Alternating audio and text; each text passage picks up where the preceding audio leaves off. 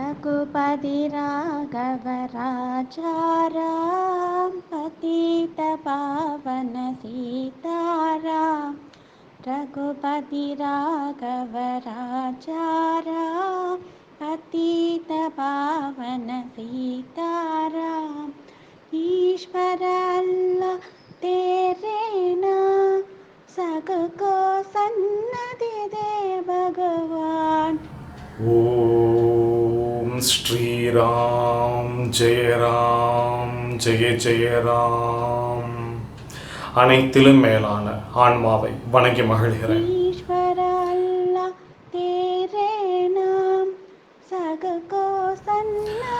நான் எதற்காக கம்பராமாயணத்தை தொடாமல் வால்மீகி ராமாயணத்தை தொடுகிறேன்?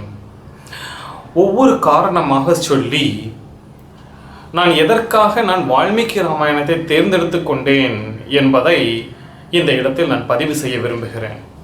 முதல் காரணம், வால்மீகி என்கிற மகா முனிவர் ராமரும் சீத்தையும் வாழ்ந்த அந்த காலத்திலேயே வாழ்ந்தவர் என்கிற முதல் காரணம்.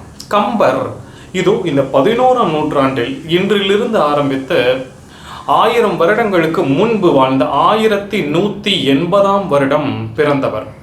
11ஆம் நூற்றாண்டில் பிறந்தவர் கம்பர் என்பதனால் கம்பர் இப்பொழுது வந்தவர். வால்மீகி அந்த இடத்திலேயே வாழ்ந்தவர் என்பதை எப்படி சொல்லலாம் என்றால், உத்தரகாண்டம் என்கிற இந்த ராமாயணத்தின் கடைசி காண்டத்தில் மாசமாக இருக்கும், கர்ப்பிணியாக இருக்கும் சீத்தையை காட்டுக்குள் விட்டுவிட்டு வர சொல்லும் ராமர், லக்ஷ்மணன் காட்டுக்குள் போய் விட்டுவிட்டு திரும்பி வந்த பிறகு சீதாதேவி தஞ்சமடைந்த இடம் வால்மீகி முனிவருடைய ஆசிரமம். வால்மீகி சீதாதேவியை தன் மகள் போல் அந்த ஆசிரமத்தில் வைத்து பாதுகாத்து வந்திருக்கிறார். அங்கேதான் சீதாவுக்கு அந்த ட்வின்ஸ், அந்த இரட்டை குழந்தைகள் லவ குச 2 குழந்தைகளும் பிறக்கின்றனர். அப்போ சீதாதேவி தன் வாழ்க்கையில் நடந்த எல்லா விஷயங்களையும் சாவகாசமாக உட்காந்து வால்மீகி கிட்ட நிறைய கதை சொல்லியிருப்பாங்க. கண்டிப்பா அந்த அம்மா சொல்லியிருப்பாங்க. ஸோ இதையெல்லாம் நான் யோசித்து பார்க்கும் பொழுது வால்மீகி, முதல் காரணம், வால்மீகி அந்த காலத்தில் வாழ்ந்தவர். அது எந்த காலம் என்று ஆராய்ச்சிகள் கணக்கு போடுகின்றன என்றால், இன்றிலிருந்து ஆரம்பித்து 8,69,000 வருடங்களுக்கு முன்பு ராமர் வாழ்ந்தார் இந்த பூமியில் என்பதுதான் தொல்லியல் ஆராய்ச்சியில் நமக்கு கிடைக்கிற தரவு, ஒரு எவிடன்ஸ். ஆனால் கம்பர் எப்பொழுது வாழ்ந்தார் என்றால் இப்போ 1000 வருஷத்துக்கு முன்பு வாழ்ந்தவர். இது முதல் காரணம். ஆனால் இதெல்லாம் ஒரு காரணமா இதற்காக கம்பராமாயணத்தை நிராகரிப்பதா? இரண்டாவது காரணம், வால்மீகி எதை ஃபோக்கஸ் பண்ணுறார் என்றால், வால்மீகியுடைய ஃபோக்கஸ், அவருடைய கவனம் எதிர்மேல் இருக்கிறது என்றால், ஃபோக்கஸ் வரலாற்றின் மீது இருக்கிறது. நடந்த வரலாறை அப்படியே பதிவு செய்ய வேண்டும் என்கிற ஃபோக்கஸ் இருப்பதாக எனக்கு புரிகிறது. அவ்வளவுதான்.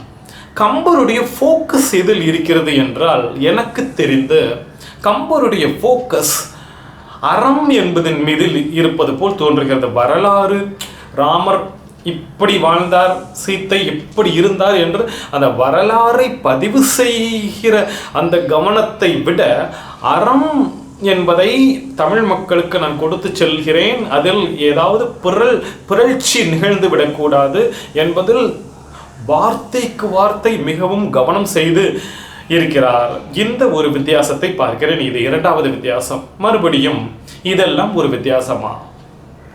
மூன்றாவது, வால்மீகி ராமரை ஒரு மனிதனாகத்தான் பார்க்கிறார். அங்கங்கே கொஞ்சம் தெய்வீக குணம் இருப்பதை சுட்டி காட்டுகிறார். கடவுளே என்ற மாதிரி அளவுக்கு சொல்கிறார். ஏன் இப்போ நம்மளே வீட்டில எல்லாம் பேசிக்கிறோம் இல்லையா, கடவுள் மாதிரி என்னை காப்பாத்துனீங்க அப்படின்னு. அவர் எனக்கு இப்படி பண்ணினாரு, கடவுள்பா, அவரை நாங்கள் கடவுளாக தான் கும்பிடுறோம், இந்த மாதிரிலாம் நம்ம சொல்லலையா? அப்போ அப்படி இருந்த ஒரு ராஜாவை கடவுள் என்று வால்மீகி, ஒரு கவிஞர், அவர் எழுதுகிறார்.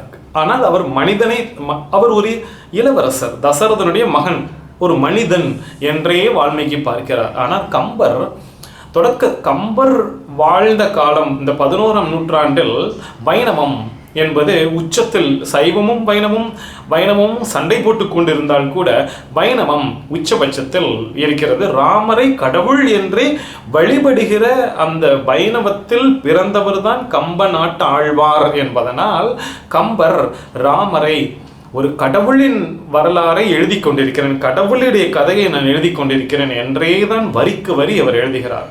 வால்மீகி தன்னுடைய புத்தகத்தில் ஆரம்பிக்கும் பொழுதே நாரதர் வால்மீகி கிட்ட பேசிக்கிட்டு இருக்கிறப்போ வால்மீகி கேஷுவலாக கேட்குறாரு, நாரதா, இந்த உலகத்தில் ரொம்ப நீதி, நேர்மை, ஒழுக்கம், அவ்வளவு அறம் தவறாத ஒரு மனிதன் யாராவது இருக்கிறாரா, நீ பார்த்திருக்கிறாயா என்று வால்மீகி நாரதரிடம் கேட்ட பொழுது, ஆமாம் நான் பார்த்திருக்கிறேன். அயோத்தியா அப்படிங்கிற ஒரு நாட்டில் தசரதன் அப்படிங்கிற ஒரு மன்னனுடைய மகனாகிய ராமர் அப்படின்ற ஒரு இளவரசன் இருக்கிறான், அவன் என்று நாரதன் முதல் வரியிலேயே அந்த வால்மீகி ராமாயணத்தை நீங்கள் ஆரம்பிக்கும் போதே நீங்கள் பார்க்கலாம். அப்போது வால்மீகி என்ன கேட்கிறார் என்றால், இந்த பூமியில் இப்படி இருக்கிற ஒரு மனிதர் இருக்கிறாரா என்று தான் கேட்கிறாரே தவிர கடவுள் இப்படி இருக்கிறாரா என்று கேட்கவில்லை. எனவே வால்மீகி ராமரை மனிதனாகத்தான் பார்க்கிறார், கம்பர் கடவுளாக பார்க்கிறார். இதெல்லாம் ஒரு காரணமா? நான்காவது காரணம், கம்பர் ஆங்காங்கே எக்ஸாஜுரேஷன் என்று ஆங்கிலத்தில் சொல்வார்கள். எக்ஸாஜுரேஷன் என்றால் ஒன்றாக இருப்பதை 10ஆக சொல்வது. கவிதைக்கு பொய் அழகு ஒத்துக்கொள்ளலாம், ஆனால் இப்படி இருப்பதை ரொம்ப அளவுக்கு அதிகமாக சொல்லிவிடுவது. ஒரு உதாரணம் சொல்கிறேன். 1000 ராமர் நின் கீழ் ஆவரோ அப்படின்னு ஒரு வரி எங்கன்னா கம்பராமாயணத்தில் வருது. குகன் பரதன் கிட்ட சொல்ற வார்த்தை. பரதனை குகன் என்ன சொல்றாருன்னா, 1000 ராமரா இருந்தாலும் உனக்கு 1000 ராமர் உன்ன மாதிரி வர முடியுமா அப்படின்னு கேட்கிறாருன்னா, பரதனை தூக்கி வைத்து சொல்வதற்காக ராமரையே 1000 ராமர் வந்தா கூட உனக்கு ஈடாகுமா அப்படிங்கிற மாதிரி சொல்றாங்க. அப்படின்னா இதெல்லாம் ரொம்ப ரொம்ப அப்படியே 1-10 சொல்ற மாதிரி இருக்குது.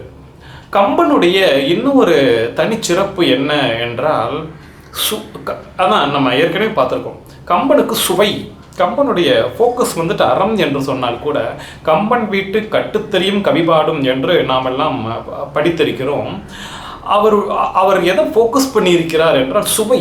கம்பருடைய அந்த வரிகள் எல்லாம் சுவை சுவை சுவை. அந்த கற்பனையை பார்த்தால் இப்படியெல்லாம் கற்பனை செய்ய முடியுமா?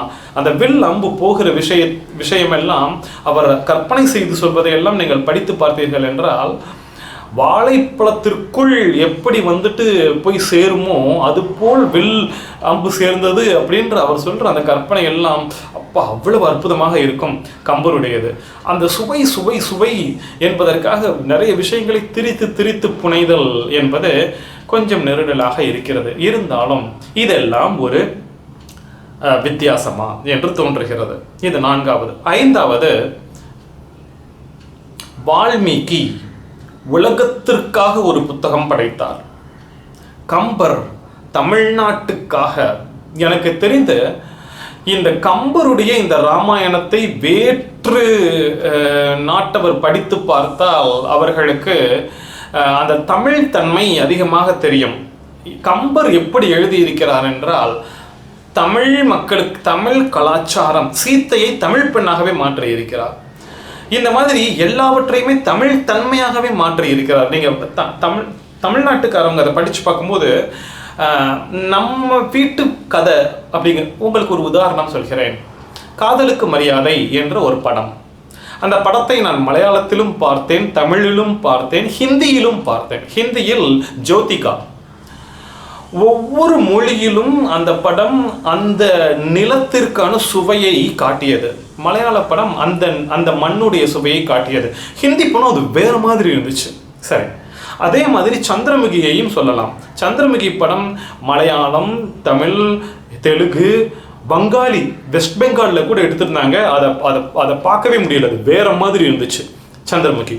நமக்கு சந்திரமுகி தமிழில் பார்த்து தான் பழக்கம், காதலுக்கு மரியாதை தமிழில் பார்த்து தான் பழக்கம் என்பது போல கம்பராமாயணத்தை தமிழில் படிக்கும் பொழுது நமக்கு இது நம்முடையது என்பது போல் ஆகிவிடுகிறது. அப்படித்தான் கம்பர் நினைத்து செய்திருப்பதாக நான் உணர்கிறேன். இது ஒரு நெருடலாகத்தான் மனதிற்குள் இருக்கிறது என்றால் கூட இந்த 5வது காரணமும் இதெல்லாம் ஒரு காரணமா என்று தோன்றுகிறது. 6வது காரணம், கம்பர் தன்னுடைய படைப்பில் 6 காண்டங்கள் தான். காண்டங்கள் எத்தனை என்று சொன்னேன் போன பதிவில். ஆதி காண்டத்தில் பாலகாண்டத்தில் ஆரம்பித்து உத்தரகாண்டம் வரைக்கும் நம்ம வால்மீகி எழுதினதுல உத்தரகாண்டத்தை கம்பன் எழுதவில்லை. அதற்கு பல காரணங்கள் உண்டு என்று பல ஆராய்ச்சிகள் சொல்கிறார்கள். நான் ஆழமாக பார்ப்போம், அதையெல்லாம் அடுத்து வருகிற எல்லா உரைகளிலும் பேசுவோம். ஆனால் இந்த இடத்தில் அது கம்பர் உத்தரகாண்டத்தை எழுதவில்லை. அந்த யுத்த காண்டம் முடிந்தவுடன் சீத்தையை அழைத்து கொண்டு ராமர் அயோத்தியாவுக்கு வந்து விடுகிறார். அவ்வளவுதான், அவருக்கு பட்டாபிஷேகம், அவ்வளவுதான், படம் வந்துட்டு சுபம் என்று முடிகிறது. இங்கே வந்தோம் என்றால் உத்தரகாண்டம் ஆரம்பித்து நிறைய விஷயங்கள் போகிறது வால்மீகி ராமாயணத்தில். இதெல்லாம் ஒரு காரணமா? மறுபடியும் சரி. 7வது காரணம், கம்பனுடைய படைப்பில் சரியா 50% யுத்த காண்டத்தையே கம்பர் வள வள வள வள என்று எழுதியிருக்கிறார். மீதி எல்லா காண்டமும் அந்த 50%க்குள் முடிந்து விடுகிறது. சரியா? ஆதி காண்டத்திலிருந்து ஆரம்பிச்சு அயோத்திய காண்டம் மீதி எல்லாமே வந்துட்டு 50% கம்பனுடைய 50% பாடல்களில் முடிந்து விடுகிறது. 50% யுத்த காண்டத்தையே, இலங்கையில் நடக்கிற யுத்த காண்டத்தையே வந்துட்டு கம்பர் விளக்கி இருக்கிறார். ஆனால் வால்மீகி அப்படி இல்லை. கரெக்டாக பார்க்கணுன்னா வால்மீகி எழுதிய 24,000 பாடல்களில் 4,500 பாடல்கள் தான் யுத்த காண்டத்தை பற்றி பேசுகிறது என்பதனால் யுத்த காண்டம் சிறியது வால்மீகியில். இதெல்லாம் ஒரு காரணமா? இல்லை. 7வது காரணம் இது. 8வது காரணம் வாலி வதை. இதில் வால்மீகி ராமாயணத்தில் பார்த்தீர்கள் என்றால் ராமர் வாலியை வில் எய்தி கொண்டதை அவ்வளவு மெனக்கெட்டு ஒன்றும் நான் உன்னை இதுக்காக தான் கொண்டேன், நான் செஞ்சது அவ்வளவு சரி என்று அவர் மெனக்கெட்டு தன்னை எக்ஸ்பிளைன் பண்ணுவதாக வால்மீகி எழுதவே இல்லை. கம்பர் வாலிவதை என்ற ஒரு தனி பதிவையே போட்டு அந்த பதிவுக்கு, அந்த அத்தியாயத்திற்குள் வாலியை வதை செய்ததையும் கடைசியில் ராமர் தலை குனிந்து நிற்கிற வரைக்கும் கம்பர் விடவில்லை.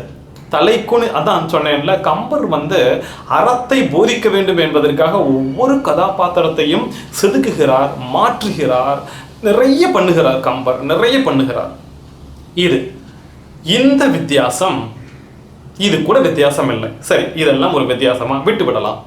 9வது வித்தியாசம், சீத்தையை கடத்துதல். ராவணன் சீத்தையை கடத்தி கொண்டு செல்வதை வால்மீகி எப்படி சொல்கிறார் என்றால், வீட்டுக்குள்ள புகுந்து சீதா தேவி கணவனையும் கொழுந்தனாரையும் மான் பிடிக்க அனுப்பி விடுகிறார் அந்த அம்மா. இவர் வருகிறார், காவி உடை தரித்த ஒரு துறவியை போல் ராவணன் உள்ளே சீதா தேவியிடம் கொஞ்சம் பேசுகிறார். சீதா தேவி அவங்களுக்கு சாப்பிட்றதுக்கெல்லாம் கொடுக்குறாங்க அந்த அம்மா, வீட்டுக்குள்ள, வெளியில கிடையாது, வீட்டுக்குள்ள. திடீர்னு ராவணன் கொஞ்சம் அசிங்கமான பேச ஆரம்பிச்சுட்டு சீதா தேவியை கடத்தி செல்லும் பொழுது சீத்தையோட முடியை பிடிச்சு அப்படியே காலெல்லாம் தூக்கி தன்னோட உடம்பு மேல போட்டுக்கிட்டு அப்படியே எப்படி சொல்றது, ரொம்ப கொடூரமா கடத்தி கொண்டு போவதாக வால்மீகி சொல்கிறார். ராமாயணத்தில் கம்பராமாயணத்தில் சீதா தேவியை ராமன் என்கிற ஒரு பகவானுடைய மனைவி ஸ்தானத்தில் கம்பர் வைத்து விட்டதால் அப்படியெல்லாம் முடிய பிடிச்சு இழுக்கிற மாதிரியெல்லாம் கம்பனுக்கு படைக்க பிடிக்கவில்லை என்பதனால் இந்த லக்ஷ்மணன் கோடு போடுவதை காட்டுகிறார். அதற்கு பிறகு உள்ளே வர முடியாமல் அந்த வீட்டோடு ராவணன் அப்படியே பெயர்த்து சீதா தேவியை தூக்கி கொண்டு செல்வதாக கம்பர் செய்கிறார். மனம் நெருடுகிறது. இருந்தாலும் இதெல்லாம் ஒரு காரணமா? சரி, விட்டு விடலாம். 9வது காரணம். 10வது காரணம், தாரை. வாலியுடைய மனைவியாகிய வாலியை ராமர் வதை செய்த பிறகு கம்பராமாயணத்தில் கம்பர் எப்படி காட்டுகிறார் என்றால் ஒரு விதவை கோலத்தில் காட்டுகிறார், ஒரு கைம்பெண்ணாக காட்டுகிறார். புருஷன் இறந்து போயிட்டாங்க. எனவே அந்த கைம்பெண்ணாக விதவையாக இருக்கிற ஒரு ஒழுக்கமான தாரை பெண்ணாக கம்பர் காட்டுகிறார். வால்மீகி தாரையை எப்படி காட்டுகிறார் என்றால், அன்னை இறந்து போயிட்டார், வாலி இறந்து போன பிறகு தாரை தன்னுடைய கொழுந்தனாராகிய சுக்ரீவனுடன் வந்து குடும்பம் நடத்துவதாக வால்மீகி காட்டுகிறார். ஒரு சின்ன உதாரணம் சொல்கிறேன். லக்ஷ்மணன் கோபமாக வந்து சுக்ரீவனை, என்னடா நீ வாக்கு கொடுத்துருக்கிற, வந்து போருக்கு நீ வர்றியா இல்லையான்னு கோபமாக வர்றப்போ சுக்ரீவன் தாரையை அனுப்பி விடுகிற காட்சி கம்பனிலும் இருக்கிறது, வால்மீகியிலும் இருக்கிறது. கம்பனில் எப்படி காட்டுகிறார்கள் என்றால், ஒரு அடக்க ஒடுக்கமான தாரை தன் முன் வந்து நின்றவுடன் லக்ஷ்மணனுடைய கோபம் அடங்கியது. இப்படி கம்பன் சொல்கிறார். வால்மீகியில் என்ன சொல்கிறார் என்றால், போதையோடு உள்ளே சுக்ரீவனும் தாரையும் சரக்கடித்து கொண்டிருப்பதாகவும், போதையோடு தள்ளாடி சுக்ரீவனோடு காமத்தை அனுபவித்த ஒரு பெண்ணாக தாரை வந்து நின்றாள் என்று சொல்கிறார் வால்மீகி. நான் என்ன பார்க்கிறேன், அற்புதம். என்ன நடந்ததோ அதைத்தான் சொல்ல வேண்டும், அதைத்தான் சொல்லி இருக்கிறார் வால்மீகி. கம்பர் என்ன செய்கிறார், நிறைய மாற்றுகிறார். எதற்காக? அறம் சொல்ல வேண்டும். எங்க தமிழ்நாட்டு மக்கள் கெட்டு போய்விடக்கூடாது. இந்த கம்பராமாயணத்தின் முழு தாத்பரியமே எதில் இருக்கிறது என்றால், அறம் வெல்ல வேண்டும், பாவம் தோற்க வேண்டும். அதனால் எல்லா இடங்களிலும் அறம் சரியாக இருக்கிறதா என்பதை பார்த்து பார்த்து செய்வதற்காக கம்பன் செய்கிறார் என்றால், நான் என்ன யோசித்து பார்க்கிறேன், இது என்ன சந்திரமுகியா, இது என்ன காதலுக்கு மரியாதையா, தனக்கு தன்னுடைய நிலத்திற்கு ஏற்றவாறு மாற்றிக்கொள்ளுதல் என்று நான் ஒன்று கேட்கிறேன். ஜெயலலிதாவின் வாழ்க்கை வரலாறை நான் எழுதுகிறேன் என்று ஒரு எழுத்தாளர் தன் இஷ்டப்படிக்கு மாற்றி எழுதுகிறார் என்றால் விடுவீர்களா? ராமருக்கும் கம்பருக்குமான இடைவெளி ஏறக்குறைய ஒரு 8,69,000 வருடங்கள் என்பதனால் அவர் வந்து கோர்ட்டில் கேஸ் போட முடியாது என்பதற்காக கம்பன் தனக்கு கைவந்த விஷயத்திற்கு மாற்றி எழுதி கொள்ளலாமா என்றவாறு என் சிந்தனை சென்று கொண்டிருந்தாலும், இதெல்லாம் ஒரு வித்தியாசமா? 11வது வேற்றுமை அல்ல, ஒற்றுமை. கண்டனன் கற்பினுக்கு அணியை கண்களாள் என்று அனுமன் சீத்தையை பார்த்துவிட்டு வந்து ராமரிடம் சொல்வதாக நாம் நிறைய அற்புதமாக ரசித்திருப்போம். கண்டேன் சீத்தையை அப்படின்னு சொல்ற அந்த வரி கம்பனில் எப்படி வருகிறது என்றால், கண்டனன் கற்பினுக்கு அணியை கண்களாள் அப்படின்னு கம்பராமாயணத்தில் அனுமர் ராமரிடம் சொல்வதாக எழுதியிருக்கிறார் கம்பர். அதே போல் வால்மீகி அனுமர் வந்துட்டு ராமர்கிட்ட சொல்வதாக எப்படி வால்மீகி எழுதியிருக்கிறார் என்றால், திருஷ்டி சீதா அப்படின்னு, திருஷ்டினா கண்டேன், திருஷ்டி என்றால் கண்டேன் சீத்தையை அப்படின்னு வால்மீகி எழுதியிருப்பதாக. இது இரண்டும் ஒற்றுமை. அதாவது சீத்தை என்பதை கடைசியில், இதில் கூட கண்டனன் கற்பினுக்கு அணியை கண்களால் பார்த்துட்டேன், கண்டன் என்று அனுமர் சொல்வது போல் கம்பராமாயணத்தில் சொல்லி இருப்பது போல வால்மீகியிலும் திருஷ்டி சீதா என்று சொல்கிற இந்த ஒரு ஒற்றுமை, நான் சொல்லுகிற இந்த வேற்றுமைகளில் இந்த ஒரு ஒற்றுமையையும் சொல்லிக் கொள்கிறேன். நான் ரசித்த ஒற்றுமை இது 11வது. 12வது சூர்பனகை, ராமருடைய தங்கச்சி. ராமர் மீது இந்த அம்மாவுக்கு காதல் வந்துருச்சு. கம்பர் விடுங்க, நான் வால்மீகி கிட்ட வரேன். வால்மீகி என்ன பண்றாரு அப்படின்னா, அதே பிசாசு மாதிரி அசுர வடிவத்தில் சூர்பனகை ராமர்கிட்ட வந்துகிட்டு ப்ரப்போஸ் பண்றாங்க. சரியா? கம்பர் ராமாயணத்தில் கம்பர் என்ன செய்கிறார் என்றால், சூர்பனகை ராமரை பார்த்து மோகித்து போய் இவனை ப்ரப்போஸ் பண்ணணுமே அப்படின்னு சொல்லிட்டு என்ன பண்ணுறாங்கன்னா, ஒரு அழகான பெண்ணாக தன்னை உருமாற்றிக்கொண்டு ராமர்கிட்ட போகிறாங்க. இந்த இடத்தில் நான் கம்பனிடம் ஒரு பெரிய ப்ளஸ் பாயிண்டாக நான் பார்க்கிறேன். கம்பர் நிறைய மாட்டுகிறார். நிறைய மாற்றுதல்களில் எனக்கு நிறைய உடன்பாடு இல்லாமல் இருந்தாலும், இந்த இடத்தில் கம்பன் மாற்றியதை நேர்மையாக ஒத்துக்கொள்ளும் விதமாக இருக்கிறது. அழகான மாற்றுதல். ஆனாலும் இது உண்மையாக இருக்குமா பொய்யாக இருக்குமா என்று தெரியவில்லை என்றால் கூட ஒரு அழகான மாற்றுதல். அதாவது நீ ஒரு அழகான பெண்ணே என் கண் முன் வந்து நின்றால் கூட நான் உன்னுடைய வலையில் விழுந்து விட மாட்டேன் என்று ராமனை தூக்கி காட்டுவதற்காக கம்பன் சூர்பலகையை ஒரு அழகான பெண்ணாக மாற்றி ராமர் முன் வந்து நிற்பதாக கம்பன் காட்டுகிறார். சீத்தையை தவிர நான் வேறு எந்த பெண், ஒரு இந்திரலோகத்து பெண் அவளே வந்து நின்றால் கூட நான் அவளை தொடவே மாட்டேன், பார்க்கவே மாட்டேன் என்று சொல்வதாக கம்பர் படைத்திருக்கிற இந்த வித்தியாசத்தையும் நான் பார்க்கிறேன். இது 12வது வித்தியாசம். 13வது வித்தியாசம் போர்க்களம். போர்க்களத்திலே ஒரு கட்டத்தில் ராவணனுக்கு அடிப்பட்டு உடம்பெல்லாம் ரத்தம் கொட்டி போய் வில்லு அம்பு தேரு குதிரை எல்லாம் போச்சு. ஆக்சுவலி அந்த சமயத்தில் ராவணன் என்ன பண்ணுறான் அப்படின்னா ஓடி போயிடுறான். உண்மையிலேயே வந்துட்டு ராவணன் ஓடி போயிடுறான். இதுதான் வால்மீகியில் நான் என் 2 கண்ணால் நான் படித்தது. சரி, இதுதான் ராவணன் ஓடி போயிடுறான். இந்த சமயத்தில் கம்பரில் என்ன பண்ணுறாரு அப்படின்னா, கம்பர் ஏற்கனவே வந்துட்டு அந்த ஹீரோவை வந்துட்டு அப்படியே அந்த நம்ம சினிமாலெல்லாம் ஹீரோவை வந்துட்டு அப்படி தூக்கி காட்டுவாங்க தெரியுமா, அந்த மாதிரி தூக்கி காட்டுவது போல இன்று போய் நாளை வா என்று ஸ்ரீராமர் சொல்கிற காட்சியாக அந்த காட்சியை மாற்றி அமைத்து விட்டார் எனும் பொழுது அந்த இடத்தில் ராவணனை கூனி குறுக வைக்கிறார். நான் உங்ககிட்ட ஒன்று சொல்கிறேன். நான் வால்மீகியெல்லாம் நான் இப்போ சமீபத்தில் தான் நான் படித்தது. சின்ன வயசுலேருந்து நான் படித்து கொண்டு வந்த ராமாயணம் கம்பர் தான். நான் சின்ன வயதில் நம்ம ஸ்கூலில் தமிழ் புத்தகத்திலே கம்பராமாயணம் வரும் தெரியுமா? கம்பராமாயணம் வரும் அங்கங்கே 6ஆம் கிளாஸ்லேருந்தே வரும், 7ஆம் கிளாஸில் வேற ஒரு பகுதி வரும், இப்படி வரும். இதெல்லாம் இப்படி புத்தகத்திலே வரும்போது மெயின் புத்தகத்தில் எப்படி இருக்கும்னு நான் கம்பராமாயணத்தையே நான் எடுத்து சின்ன வயசுலேயே நான் படித்திருக்கிறேன். அப்படி படிக்கும் பொழுது இந்த காட்சியில் ராமரை இன்று போய் நாளை ஒரு ஒரு ஒரு போர்க்களத்தில் 2 பேர் சண்டை போட்டுக்கிட்டு இருக்கிற சமயத்தில் ஒருத்தன் தோக்குற மாதிரி இருக்கிற சமயத்தில் பொதுவாக ஒரு மனுஷன் என்ன பண்ணுவான், அந்த சமயத்தில் டபால்னு அரெஸ்ட் அப்படின்னு சொல்லி அவனை அரெஸ்ட் பண்ணிட்டு மொத்தமாக அந்த நாட்டையே வந்துட்டு சூறையாடுறது தானே நம்ம எல்லா படத்துலையும் பார்த்துருப்போம். இந்த சமயத்தில் இந்த மனிதன் இன்று போய் நாளை வா, நாளைக்கு நம்ம போரை வந்துட்டு தொடர்ந்து செய்வோம் என்று சொல்கிறார் என்றால் ராமரை கட்டிப்பிடித்து கொஞ்சம் போல் தோன்றுகிறதே என்றெல்லாம் நான் சின்ன வயசில் நினச்சிருக்கேன். ஐயோ, எனக்கு ராமர் ரொம்ப பிடிச்சிருக்கு, ரொம்ப பிடிச்சி, இன்று போய் நாளை வா எப்படி சொன்னார், யாராவது சொல்ல முடியுமா? எனக்கு ராமர் ரொம்ப பிடிச்சிருக்குது.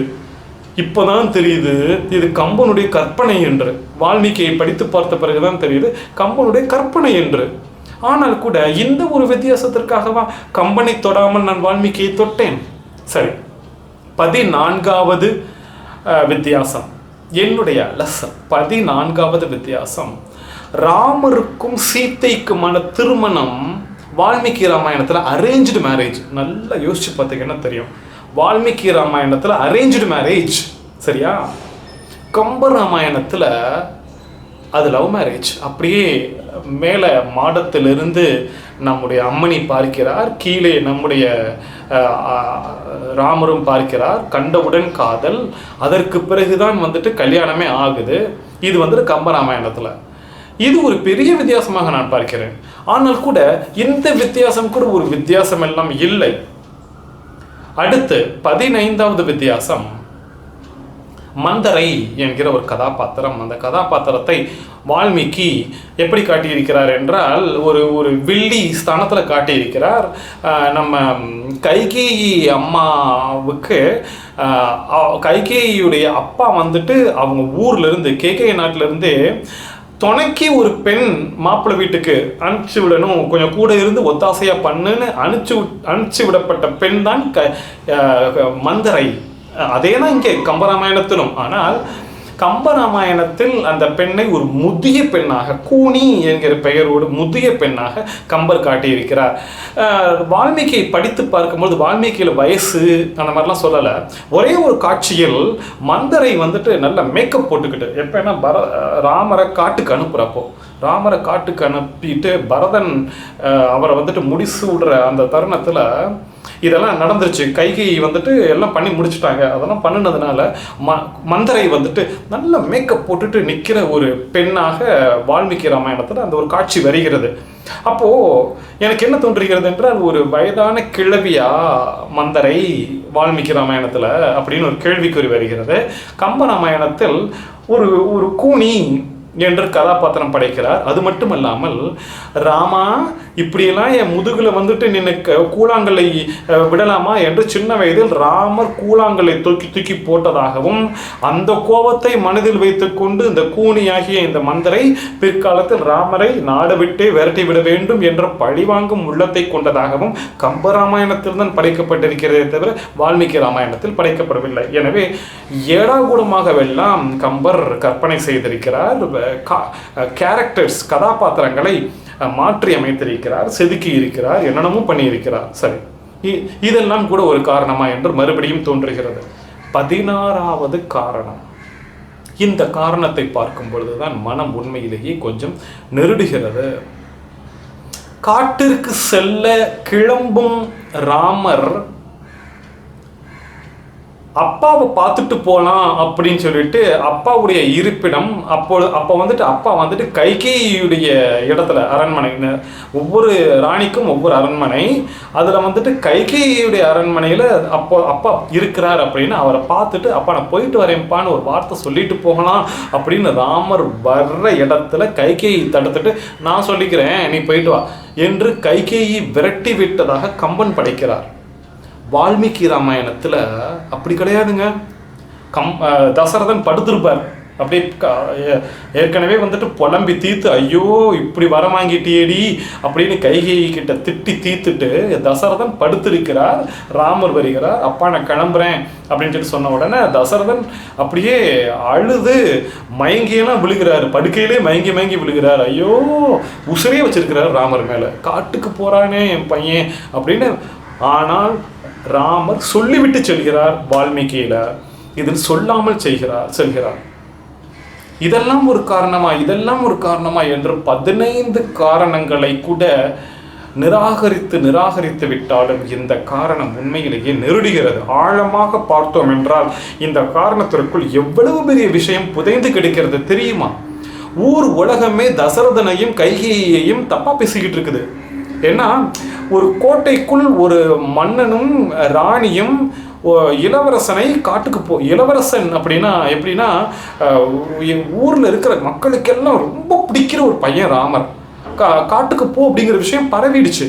மக்கள் எல்லாரும் என்ன பேசிக்கிறாங்க அப்படின்னு சொன்னால், அந்த ராஜாவுக்கு பிடிச்சவ 2 பேர் கூட்டு சதி பண்ணி தான் வந்துட்டு ராமரை விரட்டுறாங்க. தசரதனுக்கே பரதனைத்தான் வந்துட்டு முடிசூடி வைக்கணும்னு ஆசை. அதனால வந்துட்டு இவங்க 2 பேர் கூட்டு சேர்ந்துக்கிட்டு ராமரை விரட்டி விடுறாங்கன்னு ஊருக்குள்ளே புரளி வேற பேசிக்கிட்டு இருக்கிறாங்க. இப்படி பேசிக்கிட்டு இருக்கிற சமயத்தில் கைகை வேற, நீ அப்பா பார்க்காம நீ கிளம்பு அப்படின்னு காட்டுவதாக கம்பர் காட்டுவதை நான் என்ன பார்க்கிறேன் என்றால், ஊர் மக்கள் பேசுவதும் தசரதன் உண்மையிலேயே மகனை பார்க்காமல் சென்றதும், கைகேயை இந்த இடத்தில் மிகப்பெரிய வில்லியாக காட்டியதும், காட்சிகளை பிறண்டு கம்பன் படைத்ததும் நெருடலாகவும் மிக மிக நெருடலாகவும் எனக்கு படுகிறது. சரி, இதையும் தாண்டிய 17வது விஷயமாகிய விஷயம், அந்த விஷயத்தை பார்த்தவுடன் அப்படியே கம்பராமாயணத்தை தூக்கி அந்த பக்கம் வைத்துவிட்டு வால்மீகி ராமாயணத்தை என் மனம் எடுத்துக்கொண்டது. இந்த பதிவிற்கான கடைசி பதில் இதுதான். தசரதனை கொல்லி வைத்தது யார்? வால்மீகி ராமாயணம் சுருக்கமாக சொல்லிடுறாங்க, ஃபாஸ்ட்டாக சொல்லிடுறேன். வால்மீகி ராமாயணத்தில் யார் தெரியுமா? பரதன் கொல்லி வைக்கிறார். இன்னும் சொல்ல வேண்டும் என்றால் பரதன் சத்ருகன் 2 பேருமே இருக்கிறாங்க. வேற யாரும் இல்லை, ராமரும் இல்லை, லக்ஷ்மணனும் இல்லை. பரதனும் சத்ருகனும் தான் வந்துட்டு மாமா வீட்டுக்கு போயிருக்கிறாங்க. மாமா வீட்டிலேருந்து விஷயம் சொல்லி வந்துட்டாங்க. வந்த உடனே எல்லாம் சொல்கிறாங்க, அழுகுறாங்க. சரி, கடைசியில் பரதனும் சத்ருகன் சின்ன பையன், பரதன் கொல்லி வைக்கிறார் தசரதனை. எங்கே? வால்மீகி ராமாயணத்தில். கம்பராமாயணத்தில் வசிஷ்டர் மகரிஷி தடுத்து விடுகிறார். என்கிட்ட உங்கள் அப்பா சொல்லிட்டு செத்துருக்கிறார். என்ன சொல்லியிருக்கிறார் என்றால், நான் செத்தா கூட இவள் என் மூஞ்சியை முழிக்கக்கூடாது, இவளுடைய மகன் ஒருவேளை முடி வேண்டுமானால் சூட்டி கொள்ளட்டும், ஆனால் இவன் மகன் கை தொட்டு என்னை கொல்லி வைத்து விடக்கூடாது என்று தசரதர் சொன்ன அந்த வார்த்தை என்னிடம் சொல்லிவிட்டு சென்றிருக்கிறார். நீ கொல்லி வைக்காதே என்று பரதனிடம் வசிஷ்டர் சொன்னவுடன் பரதன் கொல்லி வைக்கல. தெரியுமா, கம்பராமாயணத்துல இதெல்லாம் பரதன் கொல்லி வைக்காம தம்பி சத்ருக்கன் தான் வந்துட்டு இங்க பாருங்க, இது இவ்வளோ பெரிய என்னால் ஒத்துக்கவே முடியாத ஒரு விஷயம். என்னால் கம்பன் செய்த மாபெரும் பிழையாக நான் பிழை பிளண்டர், மாபெரும் பிழை, வரலாற்றை மாற்றி எழுதி இருக்கிறார். இதுவரை நான் பேசிய விஷயங்கள் எல்லாம் ஒரு கதாபாத்திரத்தை கொஞ்சம் பவுடர் போட்டிருக்கிறார், கொஞ்சம் இதை கொஞ்சம் கிளவியாக்கி இருக்கிறார், இந்த காட்சியை கொஞ்சம் முடிய பிடிச்சி இழுத்திருக்கிறார், இப்படி மாற்றி சரி, இதெல்லாம் கொஞ்சம் சின்ன சின்ன மாறுதல்கள். வரலாறை மாற்றி எழுதியிருக்கிறார். கொல்லி வைத்தல் என்பது உயில் எழுதுவதற்கு சமம். சரியா? ஆக பரதன் கொல்லி வைக்கவே இல்லை என்று காட்டுகிறார் என்றால் எவ்வளவு பெரிய வரலாற்று பிழையை கம்பன் செய்திருக்கிறார் என்று என்னால் ஒத்துக்கொள்ளவே முடியவில்லை. இது காதலுக்கு மரியாதை கிடையாது. இது வந்துட்டு சந்திரமுகி கிடையாது. நம் இஷ்டத்துக்கு ஒரு கற்பனை கதையை மாற்றிக்கொள்ளலாம் என்பது திரைப்படத்தில் சரி. திரைப்படங்களில் கூட இன்றைக்கு ஒரு வரலாற்றை எடுத்து படமாக பண்ணுகிறார்கள் என்றால் பார்த்து பண்ணுகிறார்கள். ஒரு வரலாற்று கதை ஏற்கனவே வால்மீகி சொல்லி வைத்த கதையை எடுத்து தமிழ் மக்களுக்கு தருகிற பொறுப்புள்ள ஒரு கம்பரை கடவுள் என்று கம்பபாரதி எனக்கு பிடித்த இலங்கை ஜெயராஜ் சொல்கிறார். அவர் சொன்னதை என் காதால் கேட்டேன். கம்பர் கடவுள் என்று கம்பபாரதி சொல்கிறார். ஆனாலும் கம்பன் மீது இவ்வளவு பெரிய குற்றச்சாட்டை நான் வைக்கிறேன் என்றால் அதற்கு ஒரே காரணம், ஒரு வரலாற்றை மாற்றி எழுதுவதற்கான உரிமை யாரிடமும் கிடையாது. சுவை வேண்டுமா வைத்துக்கொள், அறம் வேண்டுமா வைத்துக்கொள், கொஞ்சம் ஆங்காங்கே பவுடரை போடுகிறாயா, அலங்காரம் செய்கிறாயா செய்துகொள், எல்லாம் செய்துகொள். தமிழை தேன் குடிப்பது போல் குடிக்க வேண்டும் என்று நீ செய்கிறாய், செய்துகொள். வரலாற்றை மாற்றுவாயா? இதை என்னால் ஒத்துக்கொள்ளவே முடியவில்லை என்பதனால் பெருமக்களே, இந்த ஒரு காரணம், தசரதனுடைய மரணத்தில் கொல்லி வைத்தது யார் என்கிற இந்த ஒரு காரணத்தில் கம்பன் பிழை செய்து விட்டான் என்பதனால் கம்பனை தொடாமல் நான் வால்மீகியை தொடுகிறேன். நன்றி.